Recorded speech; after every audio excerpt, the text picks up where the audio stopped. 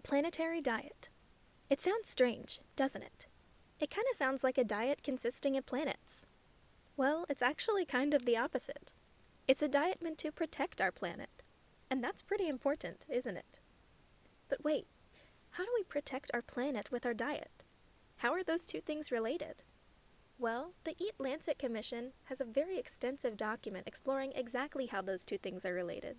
And spoiler alert, they're very related. The food system has a substantial impact on our planet in the form of climate change, excessive water use, threats to biodiversity, and more. Those are some pretty serious problems, but the planetary diet can help us lessen the severity of these issues.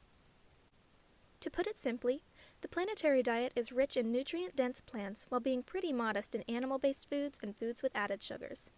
In America, we generally consume sufficient animal products and sugary foods. Incorporating plant foods is probably the bigger challenge. To follow the planetary diet, we would likely need to increase our intake of the plant food groups. Fruits, foods like apples, oranges, or grapes. Vegetables, like green beans, carrots, or broccoli. Legumes, like beans, peas, or lentils. Whole grains, like corn, brown rice, or whole grain bread. And nuts, like almonds, pistachios, or walnuts. As for some meal ideas, the possibilities are really endless. You could make veggie tacos, baked fish with pesto sauce, berry overnight oats, lentil soup, and so much more. There are tons of options. There's no one way to do the diet. It's flexible enough for almost anyone. While these changes may be hard for some people, they are recommended for very important reasons. Number 1, it will help slow down climate change. Animal agriculture is one of the largest producers of greenhouse gases, making it one of the biggest contributors to climate change. Decreasing our reliance on animal agriculture will help lessen these greenhouse gas emissions and greatly aid in the fight against climate change. Number 2, the diet will help conserve some resources like land, water, and biodiversity. Animal agriculture requires much more land and water to support in comparison to plant-based agriculture, making it a rather taxing industry in terms of resources and environments. As a result, lessening animal product consumption will in turn lessen our water and land utilization and allow for more environments to be conducive to flourishing biodiversity. And number 3, the planetary diet has great health benefits. The diet was formulated with both planetary and human health in mind. It's rich in essential nutrients while being modest in nutrients that tend to be consumed in excess, like saturated fats and sugars.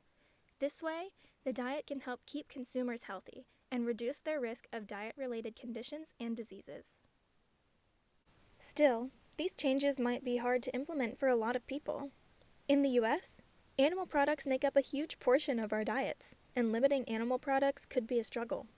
However, there are some strategies you can use to help change your habits and behaviors. One example of which is the health belief model. This model consists of a list of questions you can ask yourself to understand your goal, why you want to achieve it, and what currently stands in your way. Here's a way someone might use the health belief model to help them adopt the planetary diet. First, they would make a smart, measurable, and realistic goal. Like, I want to eat 3 servings of plant foods per day. Then, they would address their perceived susceptibility. They might ask themselves, am I at risk if I don't change my behaviors?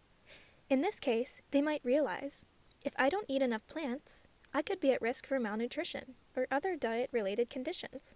Or they might think, my current eating habits could be contributing to climate change or may not be sustainable. Afterwards, they would question the perceived severity of these concerns. They might think, malnutrition or conditions like cardiovascular diseases could have serious consequences. Or, the planet might not be able to support my current diet pattern for much longer. Either way, they might conclude the risk could be pretty severe if their behavior doesn't change. Next, they would think about what they had to gain from changing their behavior.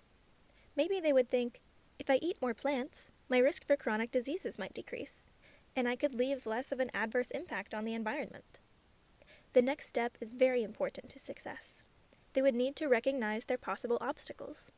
In this case, they might worry, I don't know how to cook meals with plants, or I don't prefer the taste of plant foods.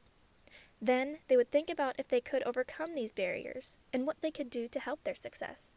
Perhaps they'd try to find a recipe blog or cookbook, or they would try out new seasonings to make the plants more appealing. Finally, they would identify some cues to action, or things that would motivate them to really make the changes every day. Maybe they would try to recruit a friend or family member to join them in eating more plant foods to increase accountability, or they could follow inspirational pages on social media to help them stay motivated. And that's just one example of a strategy someone might use to help them adopt the planetary diet. There are numerous strategies you can use to help make the changes you want to make. If a cause is important to you, you can always find some way to help. And what could be more important than our planet and the people who live on it? If you're looking for a way to help, why not give the planetary diet a try? It could end up saving the world.